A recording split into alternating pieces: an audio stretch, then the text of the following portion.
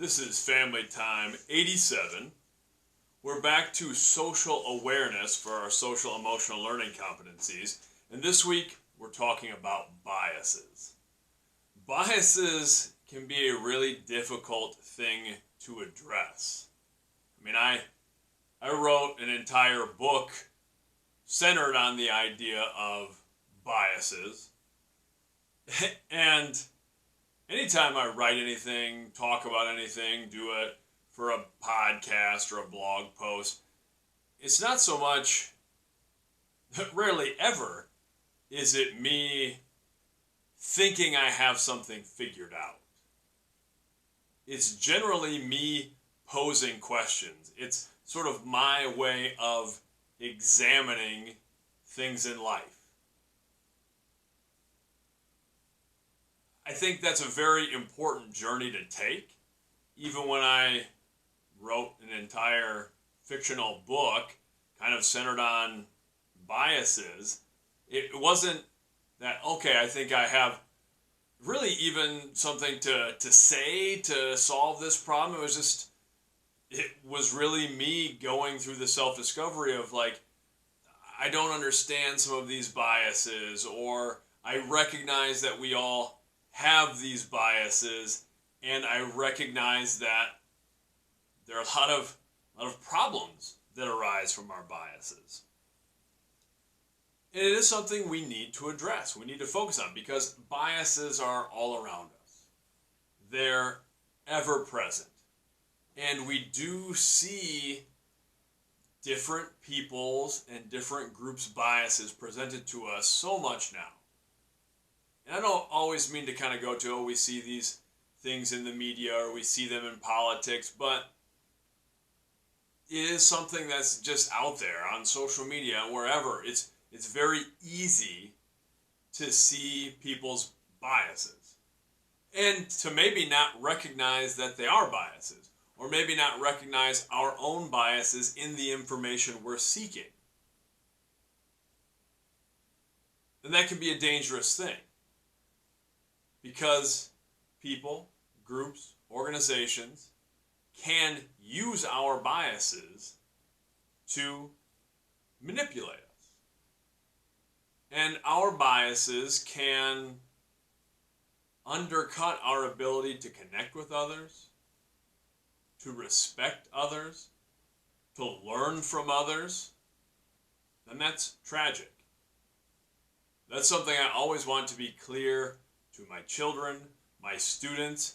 I don't need you to think like me, but I do need you to think. That's what I want from you.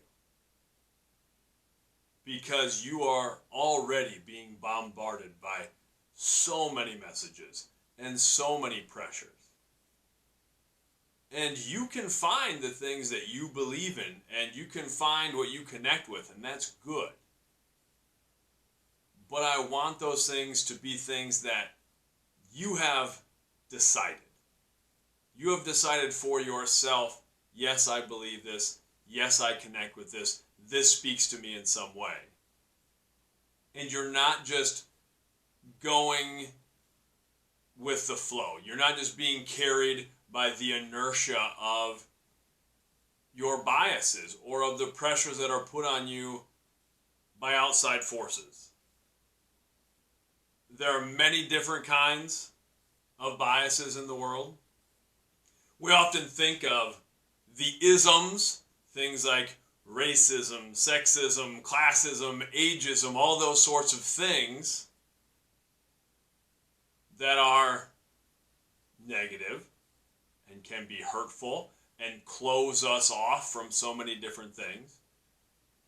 Those certainly have at least something to do with biases. There are also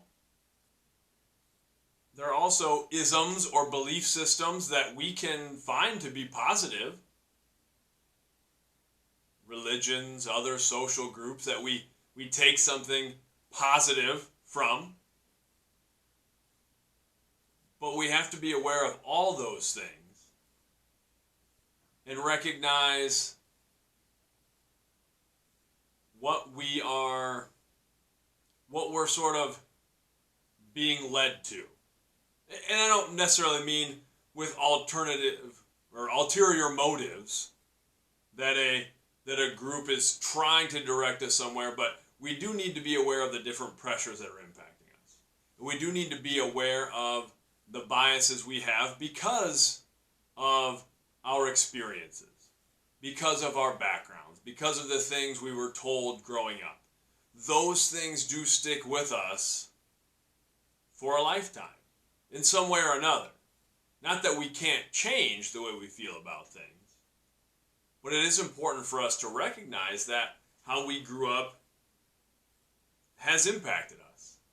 I think that way if I'm considering my own biases. One bias that I definitely had when I was young, and I think still comes into my mind sometimes, is having been a kid who grew up without a ton of money. Not that we were destitute, but money was tight, and money was always a topic of conversation. It was sometimes a point of conflict. The neighborhood in which I grew up was a little lower socioeconomic. A lot of my friends from lower socioeconomic backgrounds. And I kind of remember those first experiences as a kid, getting invited to a friend's house who, from my perspective, whose family had a lot of money. And it being odd to me and foreign to me and feeling a bit uncomfortable. And I think that did, which often happens with people who maybe don't grow up with a lot of money, kind of put a little bit of a chip on my shoulder. To have a little bit of a distrust, maybe, for people I thought were wealthy. Or maybe even distrust isn't fair, but maybe kind of just having a built-in reaction that like, oh, they see things a little differently because they have money. They don't maybe understand this particular struggle. But that is a dangerous thing. However we want to cut it, when we assume that other people won't be able to connect with us, that we won't be able to connect with them, that we see someone, how they dress, how they behave, whatever it is, and then we make inherent sort of snap judgments about them. That is a bias. One of the biggest biases that definitely impacts us today is confirmation bias. There are so many wonderful things about all the access to information we have in our digital age. But it also makes it so easy to seek out only information that confirms what we already feel, what we already believe.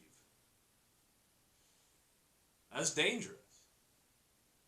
I think the best thing we can do when we believe something, we think we have an opinion on an issue, is sure, we can look up information that supports our side, our previously held belief, but it's also really important to examine opposing views and to do so with an open mind. If we do that earnestly and honestly, it shouldn't tear down what we believe. We should be willing and able to change our opinions, and that is a strength. That really is a strength. That's something that gets thrown around as a weakness now, that backing down from a conviction is weak. And I get that idea. It's good to have strong convictions, to have bottom lines, to be steadfast and true in the things we believe. but it's very, very difficult to admit we were maybe wrong about something, or to recognize we didn't have a full 360-degree view of an issue, and to be willing to say, you know what, I've changed my opinion on that. That takes a lot of courage. That takes a lot of strength. Things that are difficult require strength. It's very easy to hold on to our preconceived notions and to shout and berate and belittle other people who don't agree with us. It's very hard to listen. It's very hard to understand. It's very hard to be willing to change and adapt. And if we're looking at opposing views, we don't have to change our opinion. If we really take an interest in the other side and disagree with it, if anything, that should help solidify what we believe. That we have examined the other side, we understand and recognize the arguments against, and we still fall on this belief. Well, that's good. And that's what I'm talking about with all my students, with my children. I'm not telling you what to believe or what to think, but I do want you to think. I do want you to have an open mind. I do want you to be lifelong learners. And I don't want you to be the same person in 10 years you are now, because you'll have wasted 10 years. So we're talking about biases this week. I want us to think about what are some common biases in society, in life, that we maybe face every day, and how those biases impact our behaviors. And then I want you to try and get specific. What are some biases you might have? And it doesn't need to be anything earth-shattering, or you don't need to share anything you're uncomfortable sharing. But what are some biases you have? What are some knee-jerk reactions you have to different things? And I want you to consider why you might have that bias and how that impacts your behavior. That's the only way we can keep an open mind, solidify our own beliefs, discover what we really think and believe, and how we can recognize and respect others. And that's what we're really trying to move toward when we talk about social awareness, is not having to agree with everyone, but being willing to respect others, to be open-minded. Those are important things. Have a great week. Much love.